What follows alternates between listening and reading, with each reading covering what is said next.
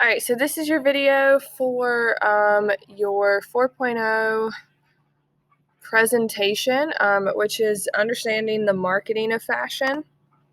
So here are your key terms, and you will have to describe some of those down below, and so just look out for those definitions. So a free market system is people freely choosing how to spend their money. So that's what we have right now.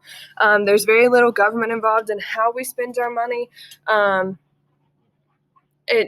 Those sources determine which products are offered in the market.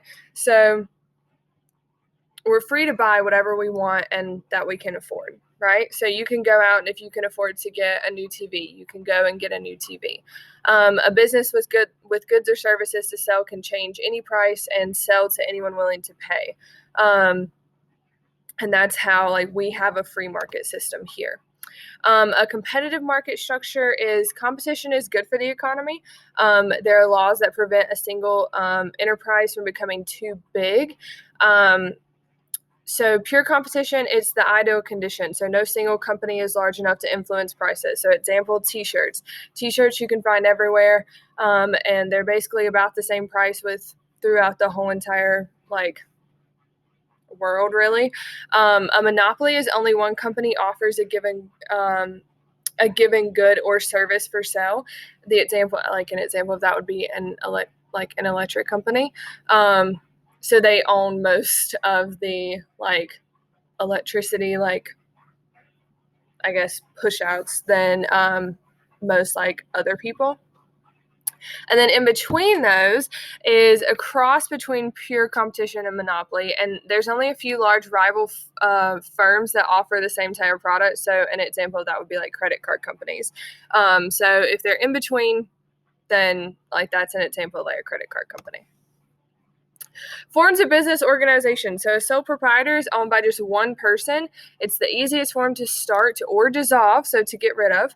And the owner has freedom and flexibility and there's very few government regulations. So if you want to start your own business, there's a major risk for liability and responsibility for debts and obligations, but there's very few government regulations, but it's all on you. You have your own freedom and flexibility, but also that comes with all the risk falls back on you too.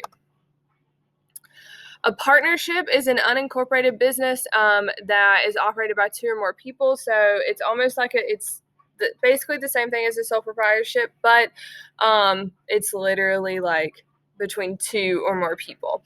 They're easy to form, but agreements should be drafted and signed by the partners. So contracts of what the responsibilities are, how the payment's going to work, all those sorts of things. And then partnerships have longer lifespans, but there's a potential for conflict and disagreements. So corporations are separate legal entities. It's empowered by the state to carry on a specific line of business. They're owned by stockholders. And they can raise money by selling shares of their stock. So these are just 6 companies that own over 40 fashion brands. So these right here are the corporations, and Gucci has stock within that corporation. And yeah, so Dior, Louis Vuitton, Celine, all those are owned by this company right here. All of these are owned by this one. So as you can see, corporations kind of almost can take in sole proprietorships in and of themselves. They can raise money by selling their shares of stock, and then they're complex and expensive to form and to dissolve. But there's public and private types of corporations. So I'm not going to go over these specifically, but some of the ones cocooning is surrounding a person within a garment, creating an enlarged oval shape silhouette, and that's this right here. That's a new product, and yes, those are real. People enjoy having those. Demographics we went over last week, so it's a vital statistics of human population broken down by age, gender, race, education, religion, income, and occupation. Focus groups are a group of people that are asked about opinions and beliefs. Market research is the process of systematically gathering and analyzing information such as consumer taste and changing trends. We've kind of been over a lot of these. All right, so relationship between marketing and merchandising. Marketing, it works with the brands on a community and advertising level, and then merchandising works on the product with a retail level.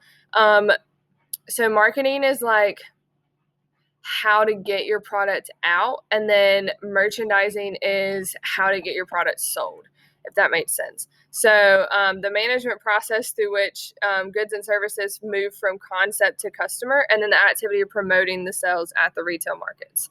All right. We went over that last week, and we're not going to watch that video.